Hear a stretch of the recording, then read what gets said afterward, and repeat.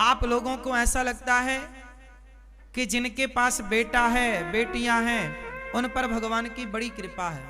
पर जिनके पास बेटा और बेटियां नहीं हैं, तो वो कुछ स्त्रियां, कुछ पुरुष ऐसा सोचते हैं कि हमसे क्या गलती हो गई, भगवान ने हमारी क्यों नहीं सुनी, हमें पुत्र क्यों नहीं दिया। जिनके बच्चे नहीं है ना, वो ऐसा सोचते हैं कि भगवान ने हमें बेटा क्यों नहीं दिया, बेटी क्यों नहीं दी। आपको भगवान ने बेटा इसलिए नहीं दिया कि यदि आपका बेटा होता तो आपको वो बेटा बहुत दुख देता, शायद आपको पुत्र बहुत प्रताड़ित करता।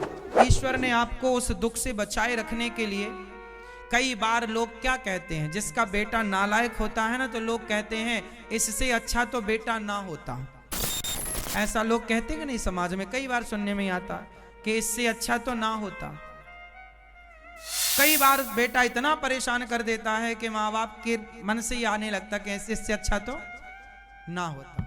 तो भगवान देख रहे हैं, तुम वर्तमान देख रहे हो, भगवान तुम्हारा भविष्य जानते हैं कि कल तुम्हारे साथ क्या होने वाला। तो उस घटना को देखकर शायद भगवान ने तुम्हें बहुत बड़े दुख से बचा लिया ना देकर। ना देने में एक ही दुख है कि नहीं है, पर देने के बाद बहुत सारे दुख हो सकते थे। इसलिए ईश्वर की जो मर्जी है ना, उसमें प्रसन्न रहना सीखिए, खुश रहना सीखिए। बेटा उनके होता है जिनके सिर पर ऋण होता है, क्योंकि पुत्र, आपने सुना होगा, बेटा ऋण उतारने आता है माँ बाप का। जिसके सिर पर ऋण है उसके यहां बेटा आ गया उतारने, पर जिनके सिर पर कोई ऋण था ही नहीं, भगवान ने उन्हें नहीं दिया कि तुम्हारे सिर पर तो कोई ऋण था ही नहीं। भगवान ने आपको किसी ऋण में नहीं रखा, आप मुक्त हैं। कुछ लोग कहते हैं महाराज जी, बेटा होता तो हमारे वंश को आगे बढ़ाता। वंश बेटा आगे नहीं बढ़ाता साहब, वंश आपका अच्छा कर्म आगे बढ़ाता है। मीरा के वंश को, कौन है मीरा के वंश में अब, लेकिन मीरा के नाम से उनके वंश को पवित्र कर दिया भगवान ने। मीरा की प्रेम भक्ति ने पवित्र कर लिया।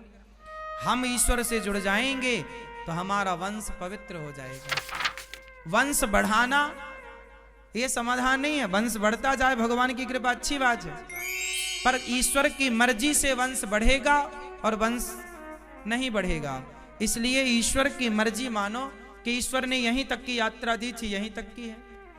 हमारे वंश की यात्रा जहां तक की ईश्वर ने लिखी होगी, वंश वहां तक की यात्रा पूरी करेगा। इसके बाद ट्रेन रुक जाएगी। आपके अच्छे कर्म आपके वंश का नाम रोशन करेंगे, आपकी संतान आपके वंश का नाम रोशन करेगी। जब आप ही नहीं कर पाए कुछ, तो आपकी संतान से आप उम्मीद लगाए बैठे हैं, ये तो अज्ञान है। अगर निर्भर बनोगे, दूसरों पर गिड़गिड़ाओगे, तो अपना मान भी, सम्मान भी, सब कुछ गवाओगे। हम अपने वंश का नाम, हम अपने अच्छे कर्मों से अमर कर सकते हैं, हम अपने गलत कामों से अपने वंश का नाम डुबा सकते हैं। इसलिए बेटा हो ना हो, ईश्वर की कृपा मानकर भगवान का धन्यवाद दो। तुमने ये मानव का शरीर दिया, यही बहुत है। तुम ही इतना रोते हो, चिड़िया तो कभी नहीं रोती कि अच्छा हो या फलाना हो तो अच्छा है, नहीं हो तो बढ़िया। इसलिए बेटा बेटियों के लिए ना रोकर भगवान के लिए रोया जाए। बेटा बेटी की चाह ना रख के भगवान की चाह रखी जाए। ईश्वर जो करते हैं अच्छे के लिए कर दे। वो आपको दें तो भी अच्छा है और ना दें